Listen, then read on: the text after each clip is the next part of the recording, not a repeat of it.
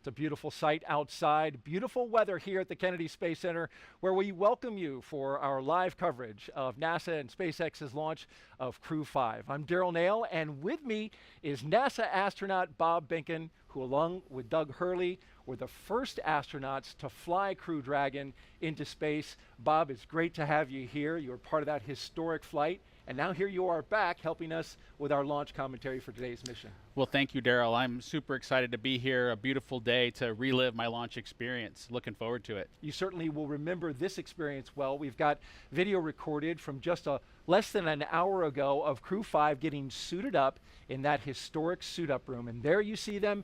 Everything went smoothly. You can see the astronauts there in their spacesuits after getting them fitted and Core tested. Countdown, And those T-minus 3 hours and 23 minutes. The displays are configured for crew ingress on schedule. That's our launch audio. We're going to pause whenever that comes up. But tell me a little bit about those custom flight suits, Bob. Well, Daryl, I've heard those suits referred to as space tuxedos by some of the SpaceX team, and they are custom fit, and they are, what the crew needs to wear in case there was any sort of an issue inside of the capsule.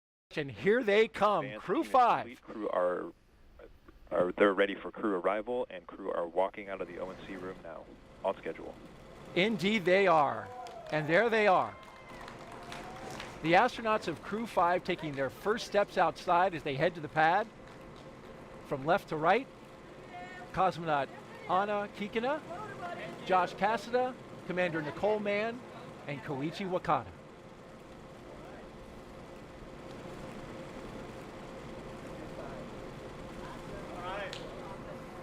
So that was a pose for a picture. And here they go to their ride out to the pad. 3 Teslas all lined up in queue, along with a full security escort. And the folks you see there, family, loved ones. This is a moment to have an exchange, Bob. It is. It's an opportunity for the crew, if you will, to take a little bit of a break from the technical briefs that they've been having this morning as they got suited up and understood what the weather conditions were. They get a chance to say goodbye to their families, see some smiling faces, again, have a little bit of a relaxing moment with their families before they get serious again and head out to the launch pad. It can be an emotional moment. Absolutely. For the Demo 2 mission, my son was super excited to yell Launch America. So that was the one thing that you could absolutely hear. Even inside the suit with our deep insert earplugs, you could hear that Launch America tune when he sang it out. Look at that license plate. I was just noticing that. Blast off. Yeah, Daryl, the SpaceX team has been creative with those license plates. It's always cool to see what they add to the Teslas to make the experience just a little bit personalized. It's a nice touch. As you can see, the media in the background positioning themselves for a good shot as the Teslas roll out with a full security escort on a 20-minute drive to pad 39A.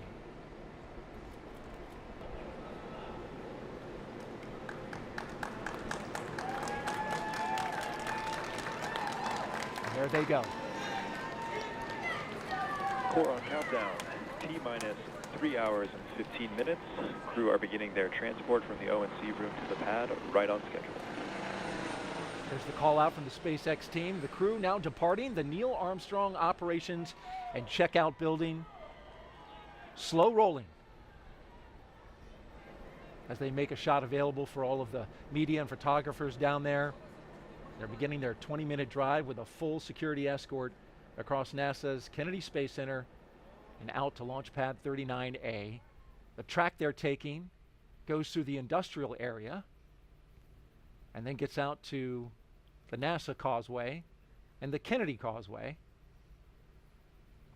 The weather here at Kennedy is nearly perfect for launch. Let's introduce you now to today's crew. We begin with Nicole Mann. The California native holds a Master of Science in Mechanical Engineering and is a colonel in the Marine Corps. Nicole was selected by NASA in June 2013, and today the Crew 5 commander will be flying into space for the first time. And once she reaches the space station, she'll be the first Native American woman to stay on station. Sitting next to Nicole is Josh Cassada. He grew up in Bear Lake, Minnesota. The physicist and U.S. Navy test pilot flew 23 combat missions. He later became an instructor at the U.S. Naval Test Pilot School, and more recently, he served as the capsule communicator in mission control. But today, he's the pilot aboard Dragon. In the role of mission specialist is veteran Japanese astronaut Koichi Wakata. Altogether, Koichi flew 4 space shuttle missions, a Roscosmos Soyuz, and was on a long-duration stay aboard the International Space Station. Altogether, Koichi has spent 11 months in space, the veteran. And the fourth member, the second mission specialist, is Roscosmos cosmonaut Anna Kikina. She graduated from the Novosibirsk State Academy of Water Transport in 2006. In 2012, Anna officially became a candidate for the position of test cosmonaut. Crew 5 will be Anna's first flight into space as part of the recent resumption of integrated crews on U.S. crew spacecraft and the Soyuz with the Russian State Space Corporation Roscosmos. All right, the crew taking a turn onto the Saturn Causeway, and this is the road that leads to the Vehicle Assembly Building, which is notable, Bob, because the astronauts right now taking a similar path to Hurricane Ian as it crossed the state and came over our area.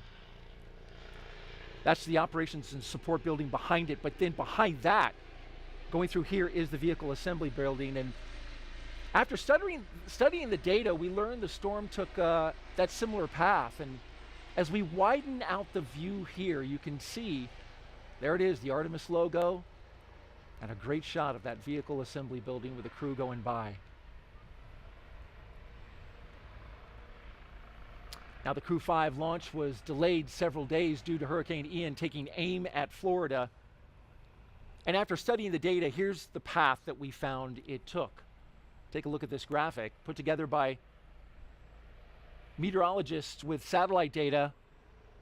It shows the track through the state. You can see the center of circulation, of course, the devastating impacts to the Fort Myers Beach area, more than 100 people killed, and complete devastation. By the time it crossed our area right there, you can see it came out the other side on Florida. Between pad 39A and 39B, and 39B is where we had our moon rocket, the SLS and Orion spacecraft.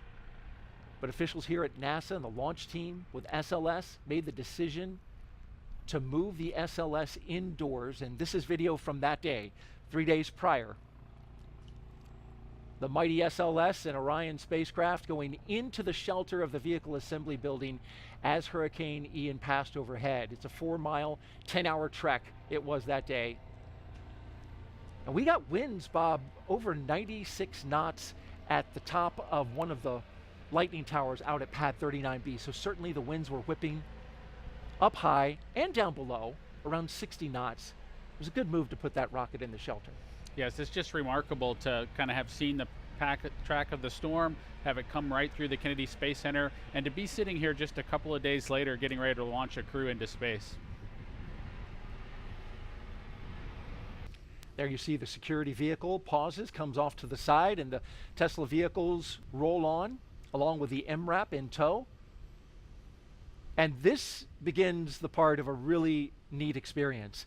Going up the slow grade as they pass the security checkpoint and into the blast danger area. This is an area only for the astronauts and the advanced team, as well as the closeout crew. It's a restricted area. And you go up that slow hill and you're looking right at that rocket. You know, Daryl, as you make your way to the launch pad, you kind of go through layers, if you will, of people that can be near you. So whether that's your family and your guests when you're back at the ONC building, but as you make your way to the pad surface, there are these milestones that you get past where you become more and more alone on your ride into orbit. And so heading up this hill to the launch pad surface, it's definitely a smaller group, and that group continues to shrink all the way to hatch closure. And in your case, until it was just you and Doug Hurley. That's true. It was just Doug and I, and of course all the support team that's reaching out to you via the radio to make sure that they're watching over and making sure that you're ready to head off into space. But it was definitely Doug and I alone with our thoughts. These 4 Crew 5 astronauts now actually on the pad surface. As you can see them driving onto it, there's a track that they just came over that goes around the launch pad. That's a relic from the space shuttle era as well as the Apollo. There's the base of the rocket, and dead ahead, the elevators to the launch tower that will take them up to the top of the crew access arm and allow them to make entryway into the Crew Dragon.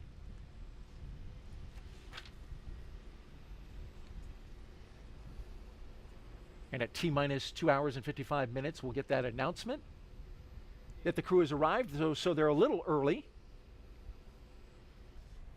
You can see the flags flying and the clock ticking down.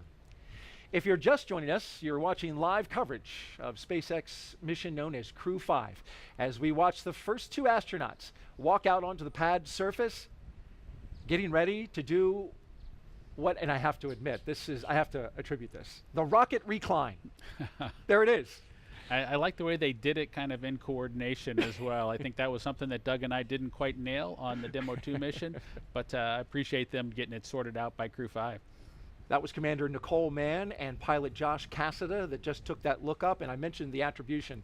That was our voice of mission control. Rob Navius came up with that phrase, so got to give him credit for that, the rocket recline.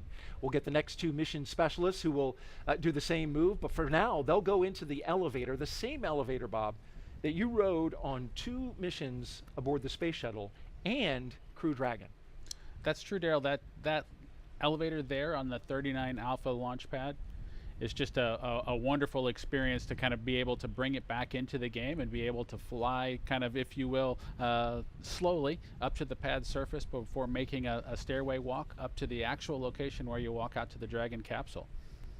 And there we see the top of the elevators where they'll walk out, and this is something that they have rehearsed a few times. Certainly we were here when they rehearsed it the other day during what's called a dry dress rehearsal. Yeah, the crew has been through this before, and like I mentioned a little bit earlier, it is really important to kind of get the nervousness out to have done these operations once before. We can see Nicole and Josh there as they've made their way out of the elevator. They'll walk around the back and make their way up the stairs to the actual walkout area where they'll potentially have a chance to make a phone call, reach out to their family one more time before heading out to the White Room itself and climbing into the ship. And the closeout team right behind them from SpaceX as they greet some of the members of that team with some fist bumps. The telephone you mentioned, Bob, is there on the right-hand side of that hallway there. But what I notice is the astronauts tend to pause right about here because it looks like that is a spectacular view. It is, Daryl. It is their chance. Of course, you know, you've mentioned the rocket recline where they're able to look up at the rocket. They're kind of co-level with the vehicle at this point. They're able to look out, see the ocean, see the rocket, see the capsule itself before getting ready to kind of take that next step and head into the vehicle. And there you see one of the astronauts doing just that. To the right, they are looking out over Launch Complex 39A and the Space Coast. No doubt having a view that is similar to this from our flight ops team here at Kennedy. What a great shot. On the left there, you've got the launch tower, and that is the crew access arm that bridges the gap between the launch tower and the rocket on the right. And you can see, Daryl, the second 2 crew members getting ready to do their rocket recline, if you will, and get a chance to look up at the vehicle. I know they're excited to get their chance to climb in and strap down. Not quite as perfect and in sync as Josh and Nicole were, but they did a great job. Again, better than Bob and Doug. So better than Bob and Doug, but not quite as tightly choreographed as Nicole and Josh. They nailed it. Nonetheless, they get a great view right before they make their way into their spacecraft, and that will ultimately take them into space. We've got a split screen now. The 2 mission specialists on the left, and to the right, we're tracking our pilot and commander.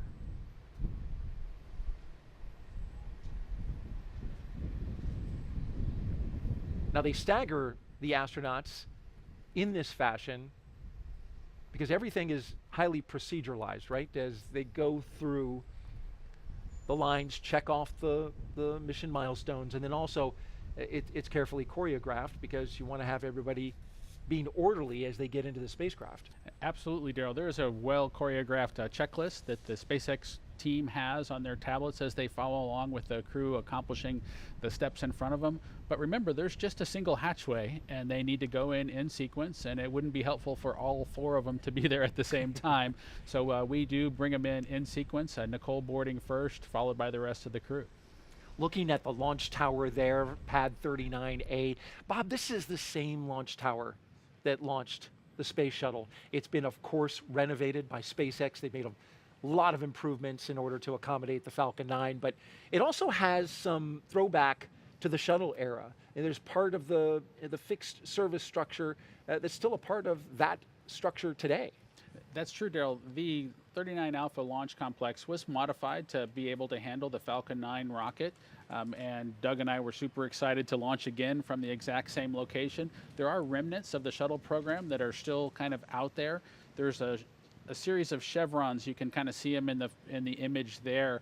The kind of the yellow pathway, if you will. The crews go in the opposite direction there. Those chevrons point towards the slide wire baskets that they would use if they needed to do an emergency egress off the pad surface. Those slide wire baskets are a legacy item from the shuttle program. And here we go, the first 2 astronauts to board Crew Dragon.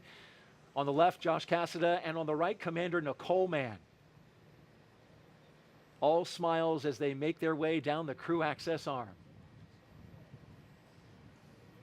You can see the fist pumps. They're definitely getting excited now as they get ready to board the ship. And they make their way into what's called the White Room.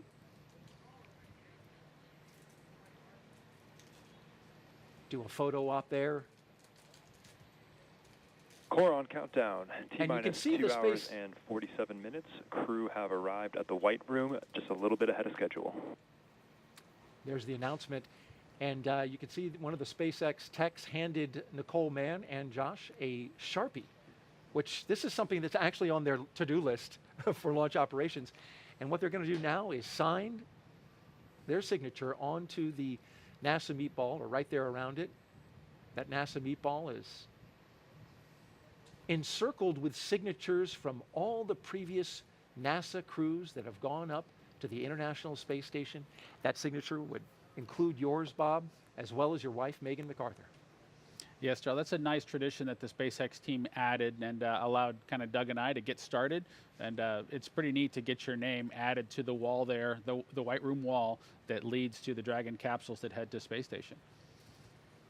And there you see her putting her signature, making the way around the NASA meatball, handing off the pen to Josh. And to the right, you see the SpaceX logo. For their commercial missions, they're also starting a set of signatures, which is a great sign about starting to establish that economy in low Earth orbit, the commercialization of low Earth orbit.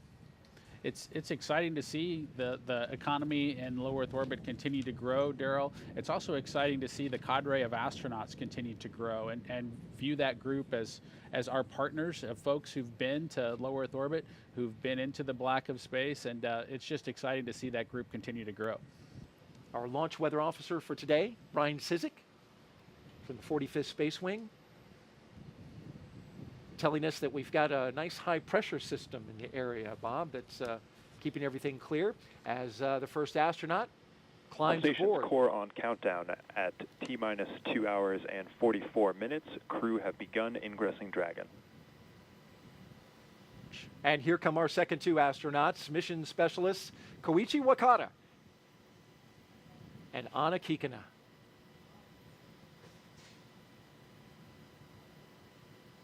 They're next up in the White Room. Big thumbs up from Koichi. He's the veteran of this group, Bob. We got 3 first-time flyers and a guy that has a lot of experience in space. That's true, Daryl. You know, Koichi was in the astronaut office when I arrived a couple decades ago, you know, just having joined and trained as a shuttle astronaut, getting the opportunity to fly on his 3rd space vehicle kind of going forward here. It's got to be exciting for him to try on a new spaceship. And making his 5th flight into space. And our mission specialists will now put their signatures on the White Room as the commander and pilot finish up securing their 5-point harness into their seat, getting a snug fit, as you can see there. Josh Cassada making sure everything is lined up correctly. Looks like he's got 4 hands. But those are his gloves. I'm sure an extra set of hands couldn't hurt. Yeah, no, he just has the 2 hands, just like the rest of us, but he does have the gloves there kind of taken off to kind of give him some additional dexterity as he tries to work through getting all the strap-in process completed. You mentioned the 5-point harness, much like a racing harness that the astronauts strap in with. Likely they won't need all of the capability of that harness as they head into orbit and take their ride, but it does provide some capability should the emergency escape system be activated to really keep them strapped tightly into their seats.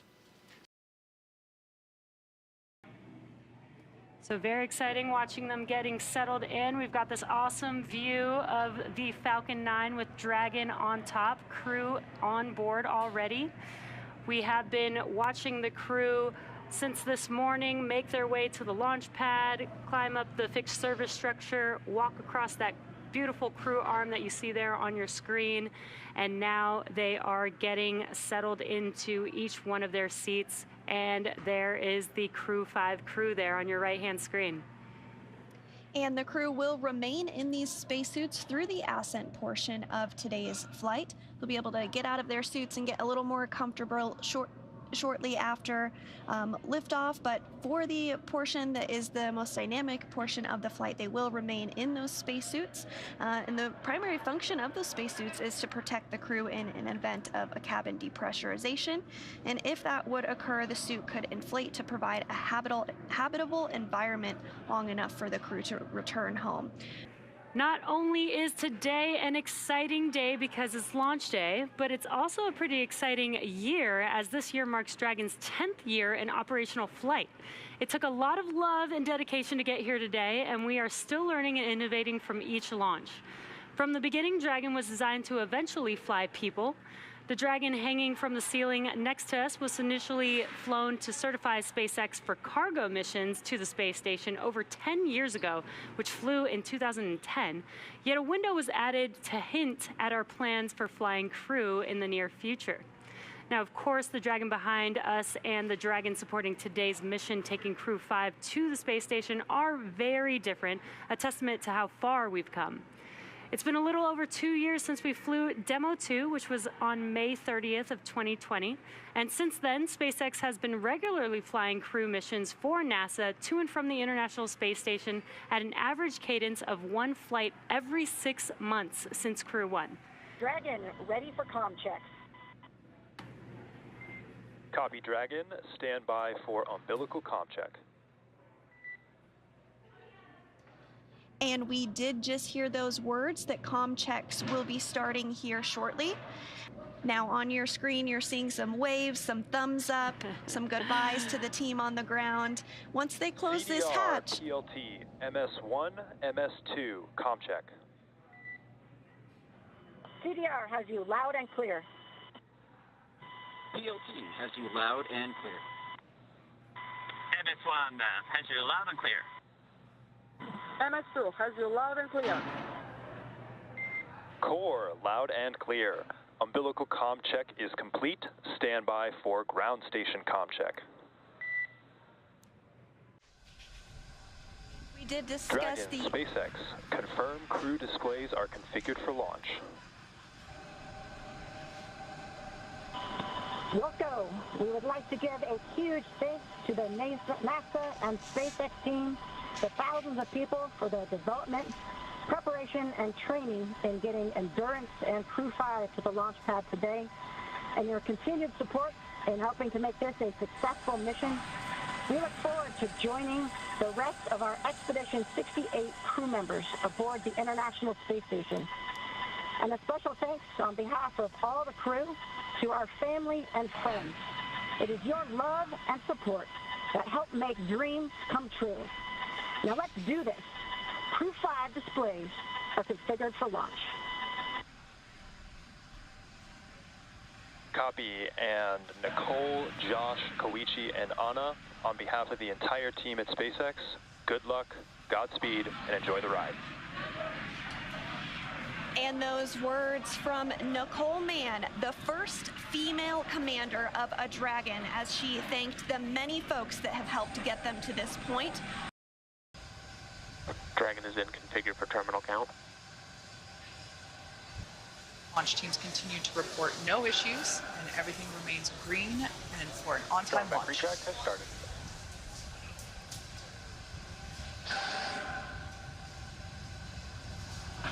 And here in just a couple seconds, you might be able to see the strong back arm as it does begin to retract. As Kate said, it will recline 2 degrees. We can just barely make out that the clamp arms are now beginning to move.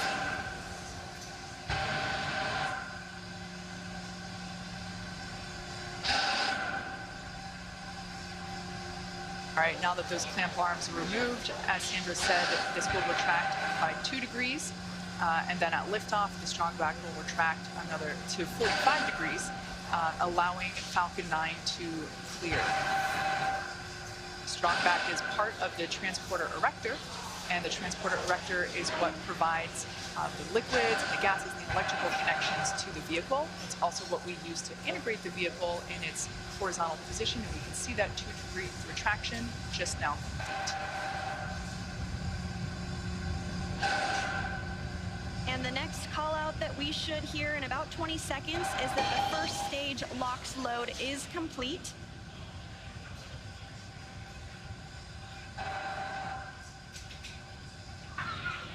Stage 1 LOX load is complete. And there we go, all of the oxidizer loaded on stage 1. Soon we'll hear that stage 2 LOX load is complete, and that will be the last propellant call out we'll hear today. Now less than 3 minutes until launch. Dragon is in terminal count and is on internal power.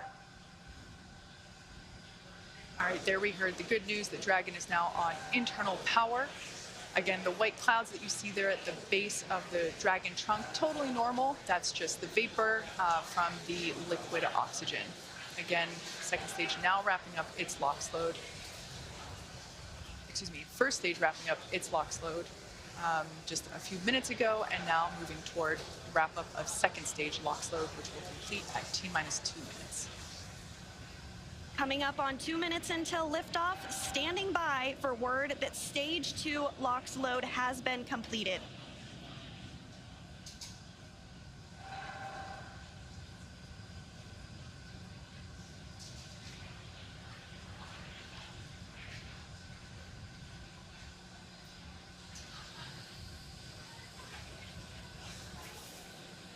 Dragon is in auto idle.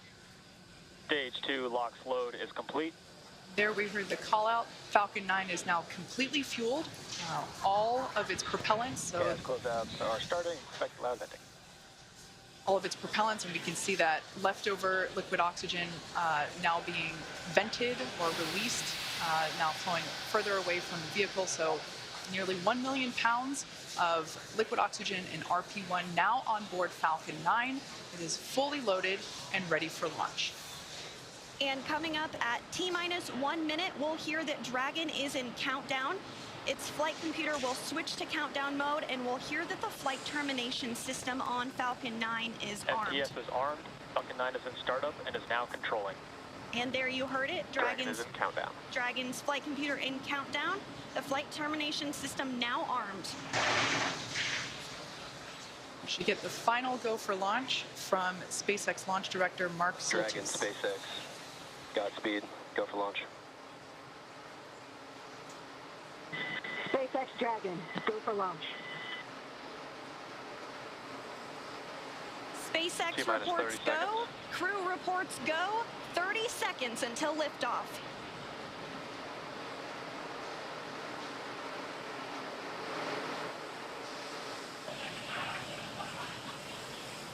T-minus 15.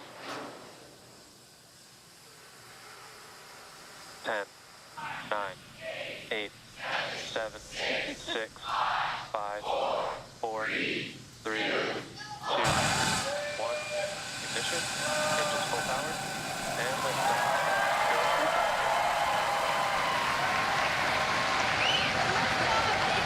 Six steps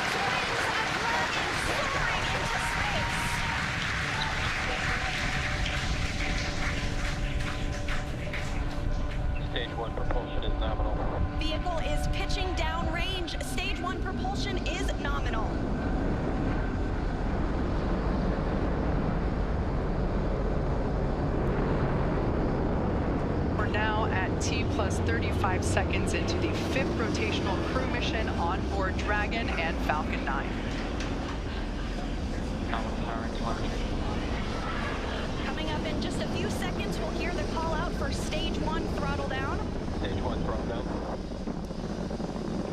Falcon 9 engines throttling down to help pass through the period of maximum dynamic pressure. This period is known as max Q, and once the vehicle, there we just heard that the vehicle is now traveling faster than the speed of sound. Once through max Q, we'll throttle those Merlin engines back up. Max Q. Stage 1 throttle up. Stage 1 throttle. Stage 1 Bravo. Copy, 1 Bravo. That call out for 1 Bravo means we're in the second and final abort mode for the first stage, continuing to get good performance. The crew is already pulling over 2 Gs. And next up is going to be a couple of events in rapid succession. First will be engine chill on the second stage and back engine. And there you heard that call out. And then we'll have MECO, or main engine cutoff, where the 9 engines igniting will cut off in preparation for second stage separation. Then we'll see the single Merlin vacuum engine on the second stage ignite and continue to carry the Crew 5 astronauts to orbit. Just like we did on first stage, that MVAC chill is intended to help pre-chill the hardware prior to the full flow of that densified liquid oxygen. Stage 1 throttle down. At this point in time, those 9 Merlin engines are beginning to throttle down in preparation for MECO, or main engine cutoff.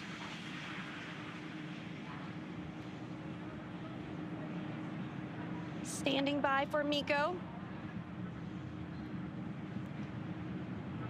And MECO. Stage 2 Alpha. And stage separation confirmed. Copy, 2 Alpha. There we should see that second engine begin to ignite now. And obviously confirmed by the loud cheer behind us here at Mission Control Hawthorne. And we're also in 2 Alpha for the aborts if needed. Again, second stage is lit and continuing to carry the Crew 5 astronauts into orbit. We're now getting a view of the first stage after that stage separation. The second stage still being illuminated by that single Merlin vacuum engine, and that's on the right-hand side of your screen. First stage on the left-hand side of your screen making its way back to Earth. We will be attempting to land it on our drone ship, which today we are using Just Read the Instructions. Acquisition signal, Bermuda.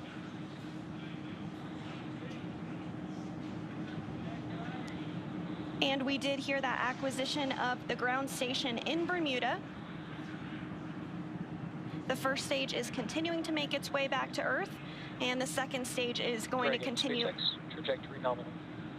Another good call, trajectory nominal. Dragon copy. Confirmation there from Commander Nicole Mann. You can also sort of see the Space Coast there in the background of the first stage on the left-hand side of your screen. It also looks like you can actually see the thrust plume created by the first stage as it's now rotating just out of screen. Second stage is going to continue firing until a little over 8 minutes into the flight, really doing the heavy lifting now, getting the crew into orbit. Everything continues to look nominal on both first and second stages. As I mentioned before, the first stage will be making a landing on one of our drone ships, which is currently parked a couple hundred miles off the coast of Florida in the Atlantic Ocean. So we can see now that... Dragon, SpaceX, trajectory nominal. Good confirmation there that we have good trajectory. The second stage now traveling over 5,400 miles per hour. Crew is pulling a little more than 1 G right now. That's going to continue to ramp up, peaking just before we get to second stage cutoff here in just a few minutes from now.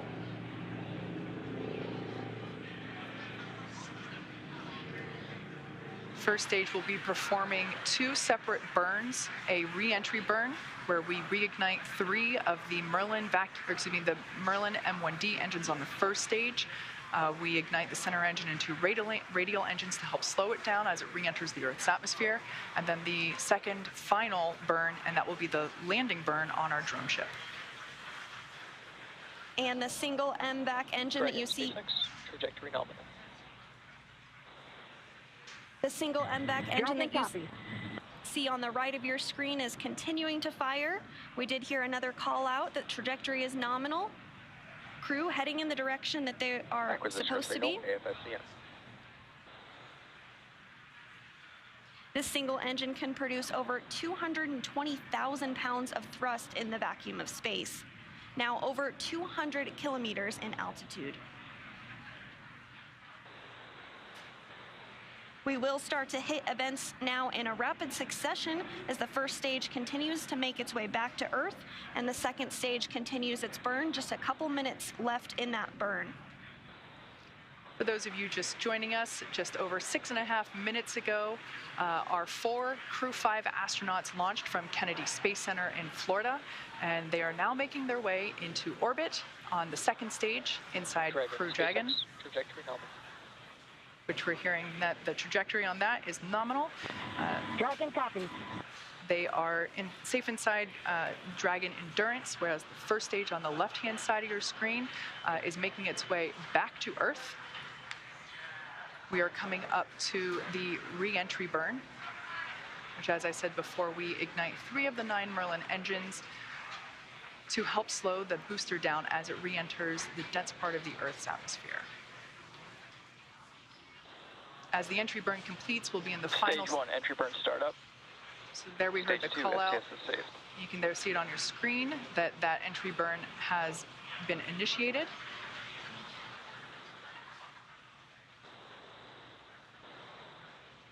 And as that entry burn completes, we'll be in the final different abort phases here shortly, which essentially correspond to areas along the very northeastern seaboard of the U.S. Stage 1, entry burn shut down.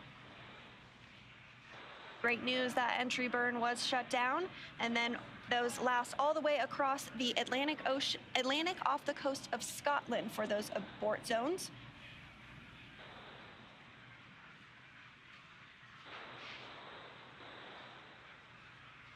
Everything continues to look nominal for both the first and second stages. Terminal guidance.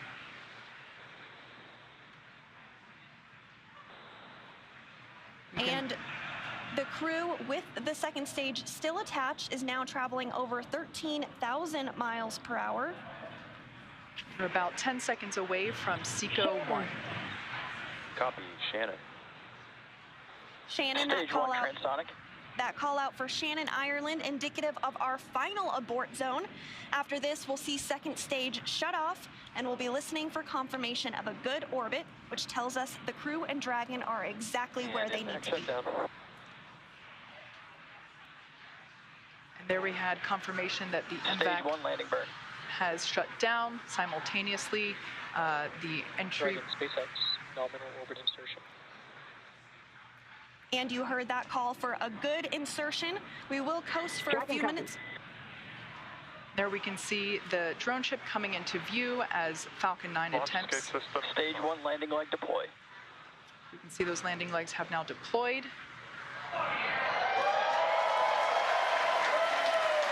And as you can see on your screen, and you can hear by the clapping and cheering behind me, Falcon 9 has landed on our drone ship just through the instructions, parked off the coast of Florida. Signal. Okay.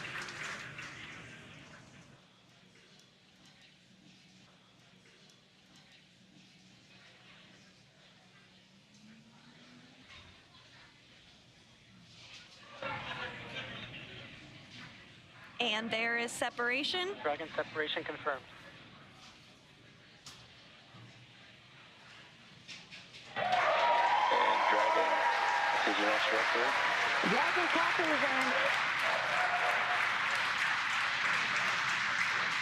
Dragon, this is your launch director on Dragon. On behalf of the entire launch and recovery team, it was an honor and a pleasure to be a part of this mission with you. And while October 3rd may belong to the Mean Girls, October 5th will forever belong to Crew 5. Godspeed, Endurance. Cheers.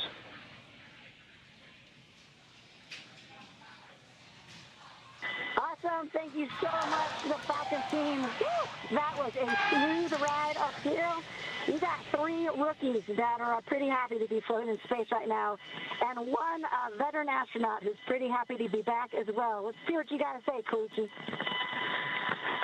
Falcon team, it was a smooth ride, and I see all the 3 happy faces here.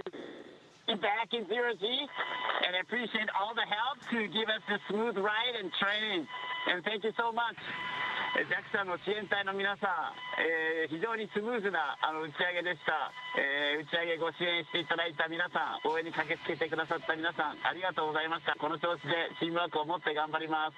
Thank you for your support. Anya. Thank you, Falcon 9 and our fellow agencies, to Roscosmos, Nassa, and JAXA, and SpaceX exactly for giving us that opportunity. We're so glad to do it together. And thank you for everybody, for all people who with us. Спасибо большое всем агентствам Роскосмос, НАСА, JAXA и, естественно, SpaceX за предоставленную нам возможность. Мы рады всем экипажам делать то, что мы сейчас делаем. И большое спасибо всем людям, кто сейчас с нами.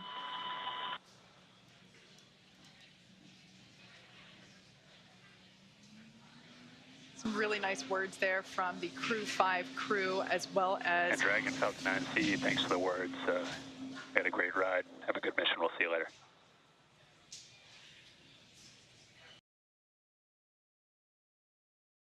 And Dragon, cameras are internal. Also getting some great views inside the capsule here, so if you all want to get a chance to talk about your indicator, we'd all love to hear some.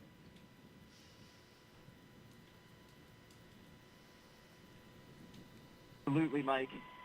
So, a couple years after he come up with his groundbreaking theory of special relativity, Albert Einstein, in his mind, still had a couple loose ends to tie up.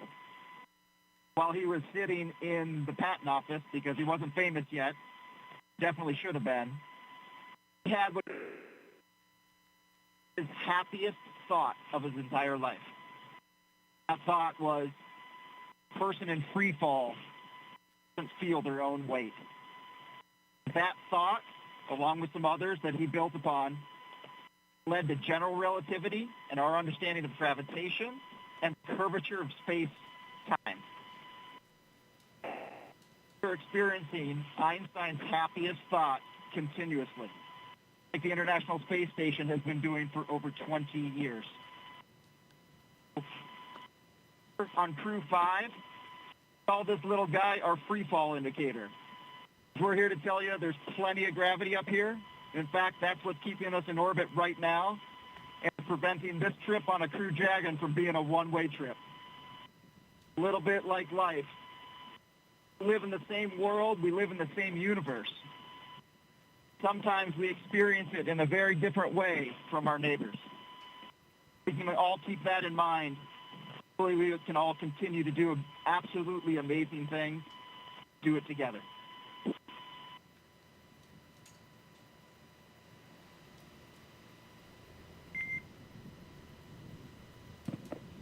Well, that was excellent, Josh. We appreciate you all taking the chance to share with us some of those special words and some of the meaning to you all.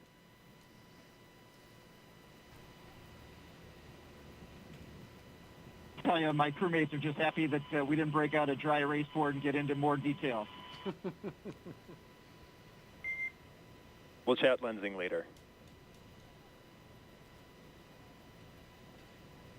Absolutely.